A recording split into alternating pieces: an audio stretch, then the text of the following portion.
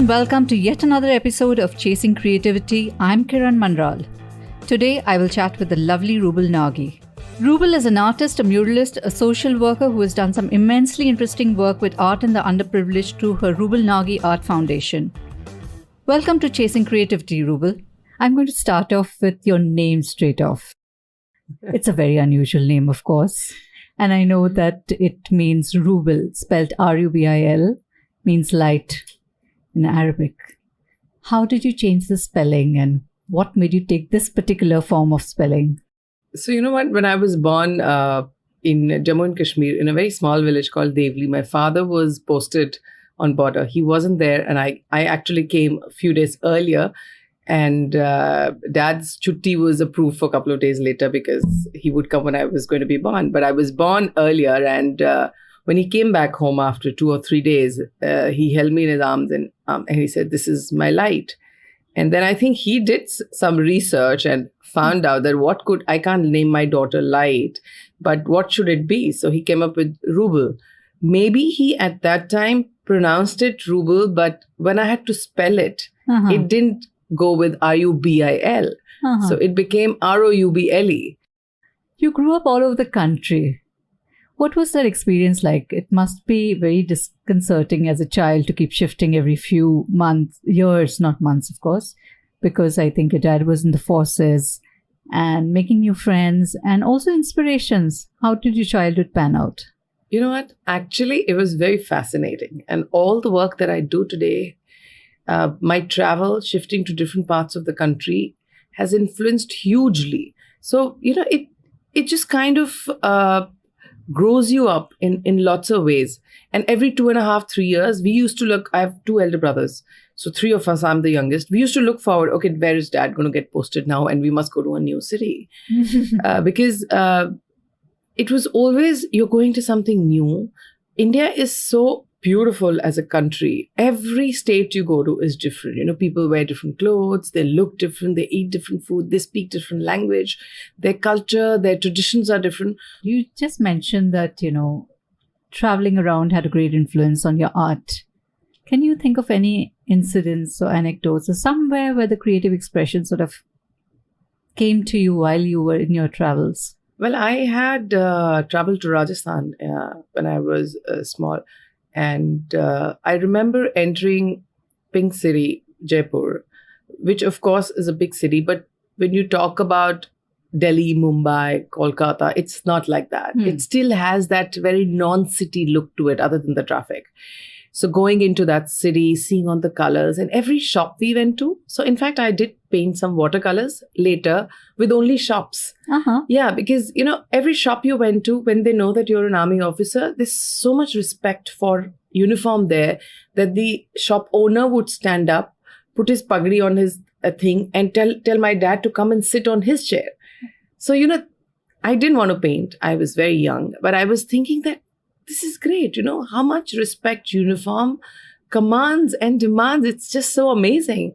And my dad would never sit on his chair. No, that's yours. I'm sitting here. This is also a chair, But the love and respect they have for uniform was something that made me think that, how great it is to be an army officer's daughter and how he's so well respected. And while I drove around and walked around that area, very crowded, but beautiful. I love these crowded lanes sometimes. I like these empty lanes sometimes. You'll see my Instagram post a lot of time that I'm just walking through the lanes and I just put lanes and then a heart. Because they have so much character in them, these buildings, jharokas in between, not just Rajasthan. I mean, across the country you go to Bombay, you go to Banganga and all. They're just so beautiful. So that I made, in fact, a couple of paintings and I gave it to my teacher in school and I won a prize as well. And there are so many places that I've got inspired. Like my art journey actually formally started from Shanti Niketan. When dad got posted to Kolkata, probably God, now that I look back, I think that the excitement that I had when I was sitting in Ballari in Karnataka, that, oh my God, we are going to Kolkata, was because my journey had to start from there formally. And Dad took me to Shanti Niketan for a trip, right? फौजियों को बहुत आदत होती है घूमने की बच्चों को लेके. बहुत बढ़िया आदत है. And because both the brothers were in college, I was the only बलि का बकरा बेटी को लेके सब. So he took me to Shanti Niketan, which I would have any which ways gone, but this was like a very impromptu trip, and I think I never came back from there. Oh, that's I'm still lovely. there. I'm still there. I never came back from there. And then I started reading. I mean, we all know who Rabindranath Tagore is. But then after that, actually, I put myself to reading about him, his life, and what Shanti Niketan can do to you. And his words exactly were as if, it's me saying, like he always said, simplify your work. Simplicity is what you need in everything in life. And I was like, oh my God, I've lived by that motto throughout my life. And today when I read it, it's like, it still gives me goosebumps. I mean, I could relate to it. And that's where I started doing abstract. Slowly and gradually, without knowing कि college जाना पड़ता है, formal पढ़ना पड़ता है, because I always believed you can be born as an artist. You really don't have to be a doctor, to be an engineer. You have to, of course, go and educate yourself. To be an artist, even if you don't have the facility to reach an art college and you're creative and you connect to your art, I think you can paint. And that's where I started sketching a little bit. I always liked abstract art because it kind of gave me the freedom to express without the audience exactly knowing what you're trying to say. That mystery I always liked. And that's where the art journey started. And it's just one of my favorite places in the whole world today. So Kolkata and Shanti Niketan was where it all started. But you did study political science formally.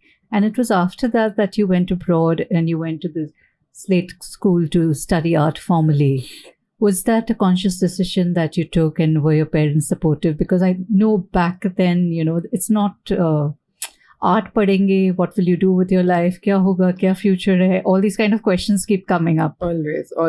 Being a Fauji's kid and almost 40 years back, the career that you could choose is either be a doctor, be an engineer. Both my brothers were studying engineering, or join armed forces, or become architect. Also, like down in the list. So these 3-4 were like, you should do this. And I was like, at one time I thought I should be a doctor. But then when I saw that I have to study so much and the whole life, all I have to do is this, which is a great profession. I think after God, if you respect anyone, is doctors. But that was not probably meant for me. And I was like, Dad, okay, fine, let me do graduation. And then we'll see. I was thinking that I'll convince my dad to put me in an art college to study art. But graduation is like a must for every child in our family. So I said, all right. So I started with BCom. So my dad got posted on Jammu and Kashmir border. I stayed 1 year with my nani in her village. And that's where I took admission in BCom in one of the colleges in Jammu. I did 1 year, but it's like you're forcing yourself to do something. But I said, nevertheless, you have to make your parents happy. So I did that. And then I got married the next year at 18 and a half, 19. And I came to Bombay. And that's where I told my husband and my mother-in-law, I said, Mom, I do not want to continue BCom. If I have to do graduation, then let me do political science. Because that is something that interests me. That is something that I can relate to. And I'm someone who's always believed that if you have the opportunity to do what you love, what you like, why force yourself to do something else? If you're not in that majburi, right, in that situation, then why not? And my husband's house is very, very, very chilled out, very Bombay, right? So my mother-in-law was like, of course, do whatever you want. And she was into art. Okay. And my husband's also a collector. So she said, why don't you sit with me and learn these things? I said, yeah, sure. She used to do murals. And when she saw me in a couple of months that I was good at it, she said, you're better than me. So why don't you study? And I was like, okay, are you my mother-in-law or are you my mother or my teacher? Why? She's saying, no, you must. And she told me, being a woman, my husband is the only child, only son in the house. And she said, you know what, no matter how good my son is to you, but you must always be independent. That is a wonderful thing to say. And this is what I tell all my girls today. No matter who your husband is, your brother is, your boyfriend is, your anyone, any man in your life is, your son is, anyone. But you must be independent. You must stand on your own feet. Not because you can tell them that I'm independent. Because you can tell yourself that you've done something and you're not dependent on anyone. And that is where the self-respect will come, and that is where the respect from others will come. So that is how my art journey started. Then I did my political science by correspondence because I couldn't go to London and go to college in Bombay together. Mm-hmm. So I did both simultaneously, you can say, with the gap of a year or two. Lovely. And then I went back to Sotheby's to do many short courses I did after that in London. They have summer school, they have summer courses for 3 weeks, 2 weeks, 1 month, 1.5 months. So I did back-to-back old masters.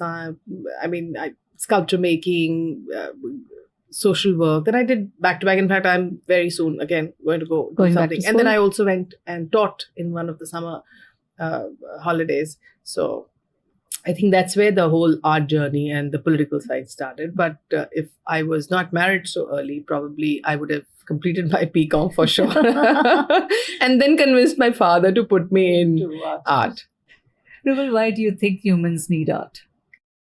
Well, I honestly, if you ask me, I would say, why do you think you need food? Mm-hmm. Why do you need air? So for me, art is as good as food, air, what's something that I breathe, eat, sleep, drink, think, everything. And also because, art is the best form of self-expression. When I started teaching in the slums, initially, like 12 years back, maybe more than that actually, the first camp, which is 15, 18 years back, there was one child who didn't know how to draw. And he took the color, black color, and he made the whole paper black and one small dot of white in the center. Now, this had to catch my eye, and I said, "Ye kya banaya beta aapne?" He says, "This is a room." And I said, "But why a room is black with one dot?" He says, "When I was small," he was over 10, but smaller than that, younger than that. He said, "When I was young, my stepfather," obviously he spoke that in Hindi and Marathi mix, and he said, he used to lock me in a dark room, and there was only one small thing, क्योंकि दीवार में छेद था, वहाँ से ये light आती थी, which I used to see and realize it's day and it's night now." So I sat there, I spoke to him, and obviously we did many more sessions of talking and getting him out of this, getting this whole thing from his mind. And I said, "Do you feel good by drawing this today?" He said, "This is the first opportunity that I've got." और मुझे गुस्सा था बहुत. I was very angry inside and very not happy about it. I didn't know how to show it to the world. If I told my mother, she probably would feel bad and would feel maybe not even believe me. And it was inside me. Today it's come out of me. And he's a grown-up boy today, like a beautiful boy, working, earning very well, has a family today. And when he said that, I realized, that when I used to think that art can do miracles, this is the miracle right in front of you. And this is one thing, one incident that I'm telling you. I have like hundreds of them that I can tell you.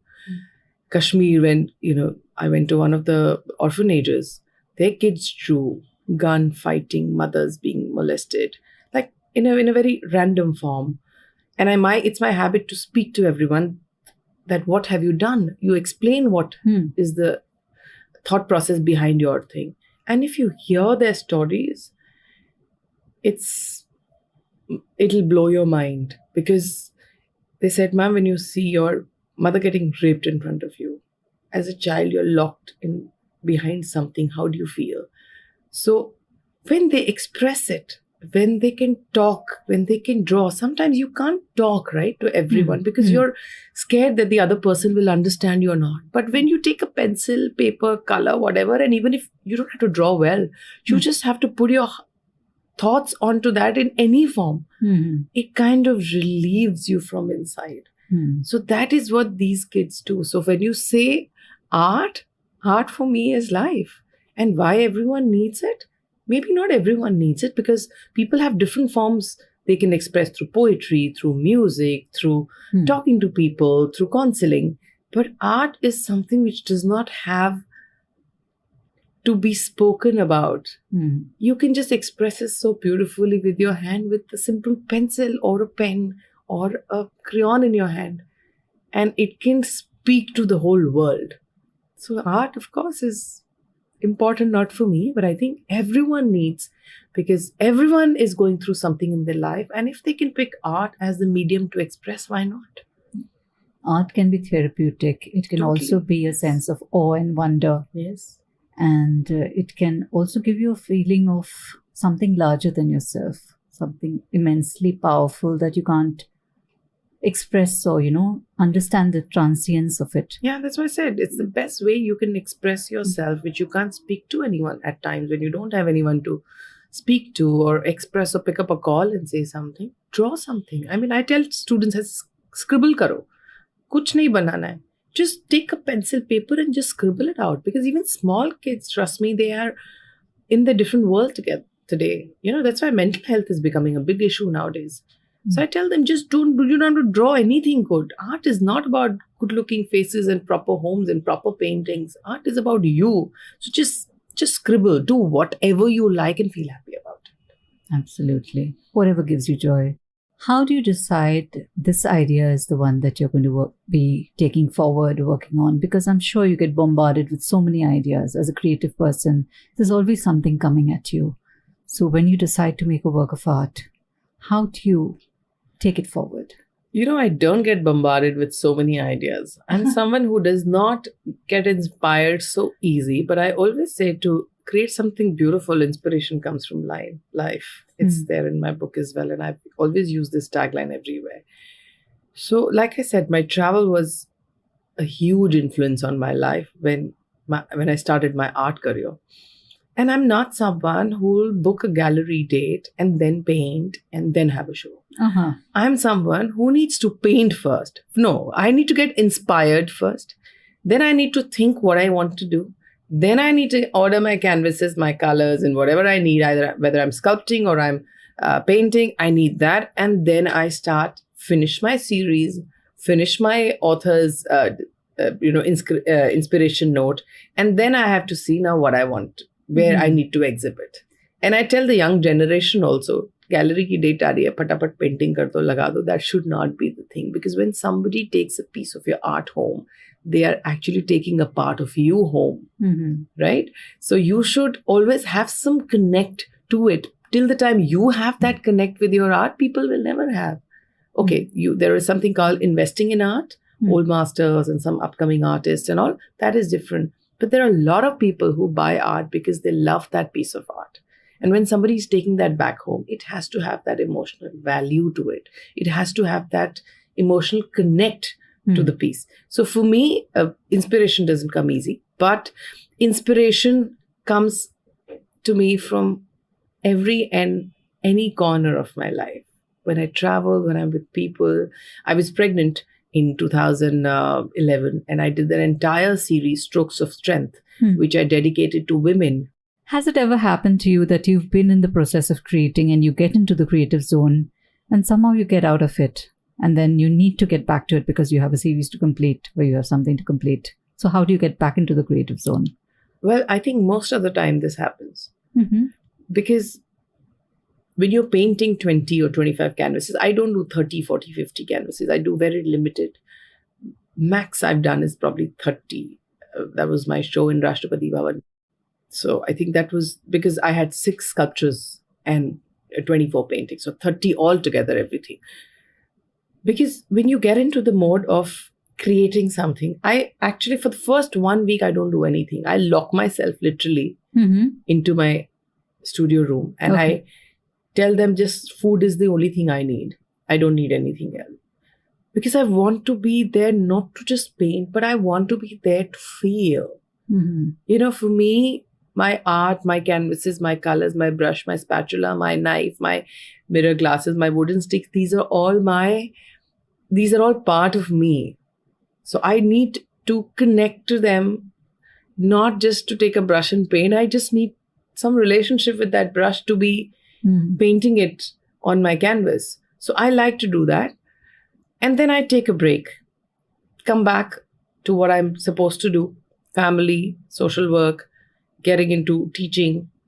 Then when I get a window of coming back to my creative zone, then again another week goes like that. But I don't do 1 day, 2 day. It just doesn't mentally fit into my world. But week is the best I have been able to manage so far. Are you comfortable with abandoning a piece that's not coming up to what you had thought it would be? That's a very difficult thing, because I know as creators, we like to, labor on until we make it fit in or, work for us. But sometimes it just doesn't work. So, no, well, I've toned my canvases many times. I've literally felt at time that, oh, this is done. And then I've just put black color and I'm like, no, this is not done. I know maybe the eccentric part of it, of your mind comes into that. But, like I said, if I'm not happy, I can't give it to you. I can't exhibit it. So my husband's come back to me saying that, oh, this is really nice work. And I'm like, okay, you think so? And next day it's all black. Because somewhere down the line, the connection is broken between me and my art at that time, or while I was doing it. And I do not want to give it or showcase something that I'm not happy about. Sometimes maybe some pieces which people think are not that great, but I think are great.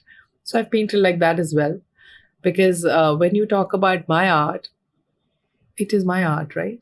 And then it goes to for public viewing. So many a times I've not just painted my canvas black, I've toned some canvases also. Sometimes I feel bad about it when I come out of that zone. I feel terrible about it. But I think that's it. That's me. And I don't think I see myself changing or doing anything about it, because if you're going to make a conscious decision while creating, then something is missing.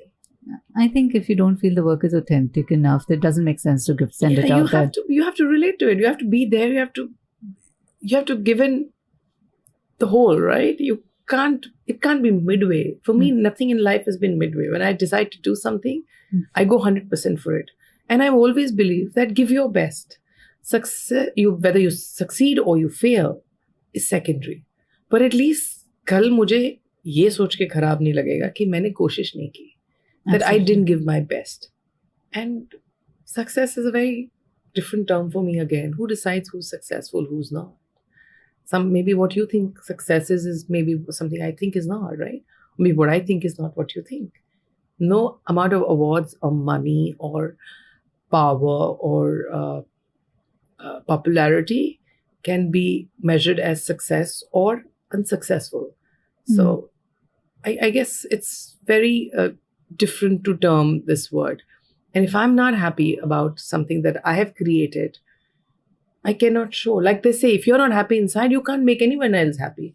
So if I'm not happy creating a piece, or after creating a piece of art, I can't show it. No matter who anybody says, I won't be able to display that work. I can display it in my home, or around my offices or anything, but not in the exhibition. The public. No, not for public. So you just mentioned an artist's eccentricities. What is the most important quality for an artist to have? To be honest. To be honest? To yourself. Yes.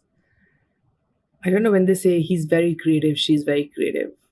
All I say is she or he honest? Because you have to be honest to yourself, what you're creating, what you are making. Like I said, it's all very emotional connect to me. They're like my babies. So if somebody's going to have my baby, it better go into the right hands. I mean, I don't even sell to public. It's not that you walk into my show and you can buy art. I need to know the person who's buying the art. I'd rather gift it to somebody I really like than to sell to someone I don't think I won't use the word. I don't think should take my art home. I won't use the word deserve. That's very bad. But I would say, but I would say that it should take the thing home. So no, for sure. That's lovely. To be honest to your art, and to be honest to the person who takes your art and appreciates your art. Yeah, it doesn't take too much to be honest, honestly. But it's so difficult these days, I think. I think these days, or every era, it was difficult. But then I've always believed that you lie once and then you have to keep lying. You say the truth once in the difficult circumstances, and after that you never have to lie. So, I've always believed that it's very easy to lie. you lie once, and then after that, you have to keep lying again and again. But if you have that strength to say the truth the first time, the life becomes much easier because after that, you don't have to lie. So एक बार झूठ बोल के आगे झूठी झूठ बोलने पड़ते हैं. लेकिन आप एक बार सच बोल दें, then you don't have to worry and be scared because you said the truth and you stand your ground that what you said is the right thing, is the truth. And I think the process becomes much easier after that. That's lovely. I love that. Be honest with yourself, with your work. And I hope if you're paying heed here and taking notes, put that on top of your list. Be honest to yourself. Be honest to your work. About your inspirations, Rouble. Henry Moore, Jackson Pollock. Tell us a bit about why they appeal to you.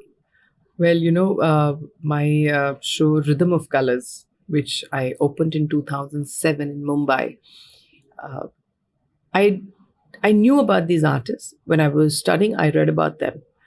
But when I painted that series of mine, Rhythm of Colors, which actually became quite a hit across the country, I traveled with that show to many different parts of the world. And when I was traveling to Delhi on the flight, I was reading about the style and the life of Pollock. And some things, I get goosebumps. He's written that I don't paint with brushes. I don't paint on an easel. I paint on the ground.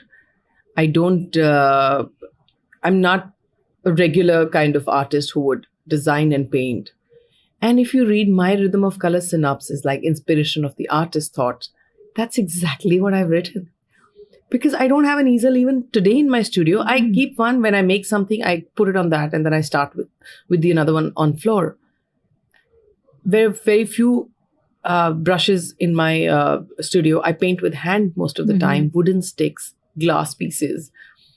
And when I was reading there, I was like, oh my God, now I get the connection that I've always been inspired by this artist. Always thought that my work is so similar to his work. His strokes always fascinated me. And, I always felt the connection. But then I was like, listen, he's like much older, like born much before me. And so if I talk about it, people will think, oh, she's copying his work. But when I read that, I was like, now I get it, God, that where was this connection coming from? Probably the same two artists' mind in different eras, but similar kind of thought process, similar kind of body language, similar kind of strokes, because I like bold strokes. I like dripping colors. I like to paint big canvases. And it's like freedom is what I crave for as an artist. And that's what my art gives me. It makes me breathe when I paint. Any tension, any happiness, when I portray it on my canvas, it just kind of works as therapy for me. So that connection happened there. When I started sculpting, I visited Switzerland. And in fact, the place I was staying in, it was hosted by an art group, had art of every possible artist. And the amount of Henry Moore pieces I saw there, I was like, oh my God, these are just breathtaking pieces. I did come back, experimented a few by making smaller models, and then made them into bigger pieces. And that conventional look of the art everywhere I went was always with me. And the texture, the metal, the buffing, the carving, it's always something out of the box. Like if you see a Henry Moore piece, it's not a regular kind of sculpture you'll see. And I saw one of his mother and child, I remember. I kind of made something similar to that. You can't call it a copy, but I was hugely inspired by that piece where the woman is holding the child on her lap. She's standing and with the veil on her face. It's just so beautiful. And as a woman, it just I was like, oh my God, I have to make that. And I made it for I showed it to one of my clients in Delhi and she was like, Rouble, can we do this? I said, we can do it. This is Henry Moore. And I'm going to sketch this out for you because I will not copy. I can't make the same thing. But on a similar line, we can do another mother or child, which we did earlier in a house and in bronze. and it was one of the best pieces I've ever created. And while I created the journey, while I was creating, it was like, such a happy me that to hold that. And I was very new mother at that time. So I guess the whole process, when you're a mother, when you're not a mother, and when you are a mother, the thought process changes, the way you look at things change, not just in my life, but also in my work. You grow this immense amount of patience, positivity when you're a mother. So I guess life on every stage has something to offer. So I connected to these two artists like this. Like I love Van Gogh. I mean, when I see his art, I love it. I've gone to every part of the world to see his art. Picasso is one of my favorites as well. Rembrandt, I love his work. I love Jamini Roy. Amrita Shergill is my all-time favorite. I have so many of her art in my house as well. Not the original. I mean, the prints, of course. They are all in the museum now. And one of the magazine in Lucknow had printed Amrita Shergill on top of the cover. And at the back of the cover, it was Rouble Nagi saying the modern era Amrita Shergill. And I was like, oh my God, can there be a bigger compliment than this? And standing next to my one of my Ganesh mother and child sculpture again. Mm-hmm. So I guess I love Ganesh Pine. I mean, his work is amazing. Ganesh Haloi is my husband's kaka. Mm-hmm. So it's like we have such amazing people you can connect to. But when my rhythm of color connection of my writing and Jason's writing that I read, I was like, this is it. This is what I was looking for. Lovely. And I love them both. And these are the names which I gave you are my all-time favorite. Brilliant. You spoke about your writing. You recently released your book, The Slum Queen. How did the book come about? What made you write it? And what has the response been to it? So basically, I'm someone who's been writing notes from my childhood. If there is something interesting that happens, something bad that happens in a day, life is not always about happy moments. Life is not always about having a great day. Life is also about having a bad day or a day which you didn't expect should go as per your thing. So I've always been writing notes. And during COVID, the first lockdown, when we were the frontline workers, because I'm a social activist, social worker, we were on ground working. But if you remember the first lockdown, those 7 days where everyone was supposed to be at home, only government officials were working. In those 7 days, my husband said, Rouble, all these notes of yours, why don't you put them together? Mm-hmm. And since 2018, there's an initiative called Misal Mumbai, which we launched in 2018 after Paint Dharavi in 2016. He said, you've written so much. Why don't you put it together? And I smiled and I said, do you think I'm going to write a book? He's saying, no, don't think that you can't write a book or you have to write a book. Just put things together in a chapter form and see what comes out of it. If it's great, then we approach a publisher and you print it. I was like, yeah, okay, not bad. He said, this is the first time in 40 years you are going to be home for 7 days where you're not going out, not doing like too much other than being on your phone and checking with your team that everything, ration pahunch gaya, medicine pahunch gaya and all that stuff. Like basic pandemic work. So I go back to my home for so much work we're doing there today. Mumbai Meri Jaan. I mean, there's this empowerment of women that we're doing. So lots of different chapters. Then it was like random notes. Then I compiled them together chapter wise. Okay. And that's where the book came up. It's a pandemic baby. I'm looking forward to reading it. Thank you so much for giving me a copy. Tell us more about the work you do at the Rouble Nagi Art Foundation. It's work with children, work with women. It's a whole lot of work across the country. And you have an immense lot of volunteers who work with you. So what does the foundation do? So Rouble Nagi Art Foundation was registered almost 11 and a half years back. And Rouble Nagi started social work almost 18 years back. You can say almost 2 decades now. Today we're working across India in villages, in slums. The main focus of Rouble Nagi Art Foundation is quality education for kids. And it's my dream. My biggest dream is to see every child in India in school and learning well. Because I think it's very important to be educated. In school, when you go, you get educated. When you come to our centers, we educate you again, not just about your academic studies, but we also want to groom you to be a good human being, बच्चों को अगर हम बचपन से ही सही संस्कार देंगे तो बहुत सारे ऐसे इश्यूज हैं जो when they grow up as youngsters they face, वो उनको फेस नहीं करने पड़ेंगे. Today in most of the households, mother and father both are working. They kind of don't spend that much time that they normally would spend. The amount of time my mother has spent with me, probably I've not been able to spend with my son because I'm working and my mother was bringing up 3 children beautifully and being a housewife. So somewhere down the line, that connection kind of breaks as much as we try. So हमारा यही focus रहता है. And in slums and villages, obviously issues are bigger that people face. And this is our, we try our best to bridge that gap of getting them connected, staying connected to their roots and to the right principles they should grow up with. And they go to government schools, some of them go to private schools.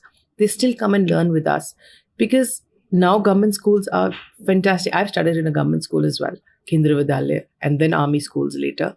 And I think they were great. And now I see immense growth in government schools, but still somewhere down the line, kids take it for granted also. Government school hai, pass to ho hi jayenge, we'll go to the next class.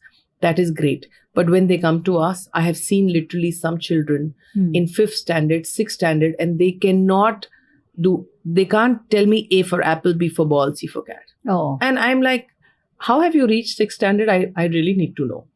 So those cases, instead of feeling that this is not done, we're like, now you're already in this situation, come, let's learn together and let's get you to that level of whichever grade you're in, 5th, 6th, 3rd, 4th, 8th, 9th, 10th.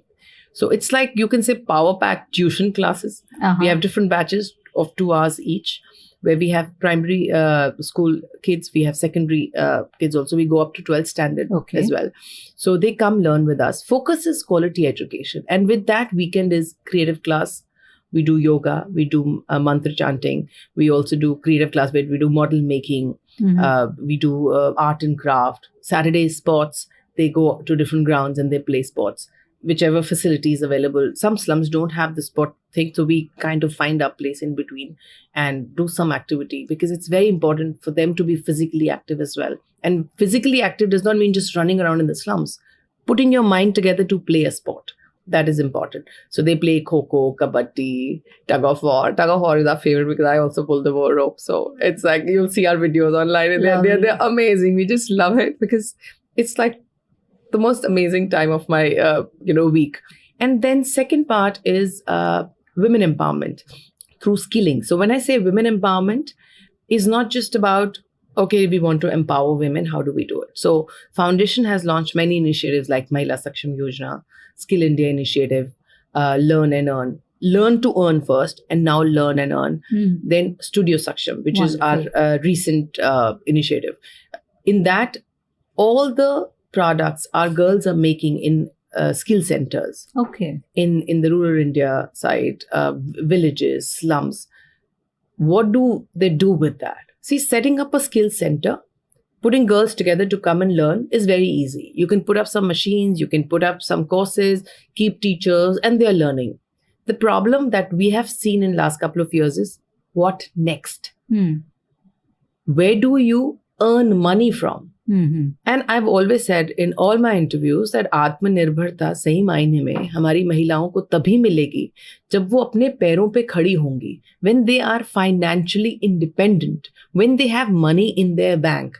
So for that, we launched Studio Saksham. Okay. And it's a very simple model. You make a product that you've learned with us. We will buy it from you. You don't have to wait. That will go online. It'll sell and then you will get the money. Because that is what everyone is doing with them. And they say, ma'am, paise aate nahi hai. People come, promise they don't. I said, you give me a shawl that you've made for us. You take the money then and there. And we sell it. We don't sell it. It's not your issue at all. You don't have to worry about that. You take money home. That's why we have so many women today who are learning with us, who are connected with us, who are working under Studio Saksham. This is Studio Saksham and it's available online. So Studio Saksham is an e-commerce online store. Okay. Where all the products made by our girls in the villages and slums are available for everyone to buy. They're making from Kashmir to Telangana. We have beautiful cotton saris. We have the entire section of home decor. We have rugs, mat, we have saris from Gujarat, we have stoles, we have shawls. Lovely. You'll see a lot of things. We're coming up with an art section where we are putting some of the art and craft as well. So we are very new. We're not even a year old. We launched last year on 15th August. And so far, so good. But I guess soon they'll be available on Amazon and Nykaa and Flipkart and all the other portals. But we started with Studio Suction with our own website. And I can already see that, our products have gone to Canada, to UK, to Denmark, to US. Lovely. So I guess people are made in India everywhere available in the world. We are so proud of Made in India. Like earlier people used to say that Made in India, when I took feedback of people from abroad, why is Made in India not good for you? He said, we always feel the quality is not good. But now in last 10 years, that has changed. You're doing such fabulous work, Rouble. Thank you so much for your time, for coming here and for telling us about your work and your creativity, your influences, and all the very best for all you do. May you continue to empower many, many more women and help many more children across the country and inspire all of us. Thanks. Thank you so much. Pleasure is all mine. And with that, it is a wrap on this episode of Chasing Creativity. We were chatting with the fabulous Rouble Nagi, and this is Kiran Manral signing out. Follow me on my social media at Kiran Manral everywhere, and do subscribe to the show on Apple Podcasts, Spotify, Bingepods, or wherever you get your dose of audio content. See you next week.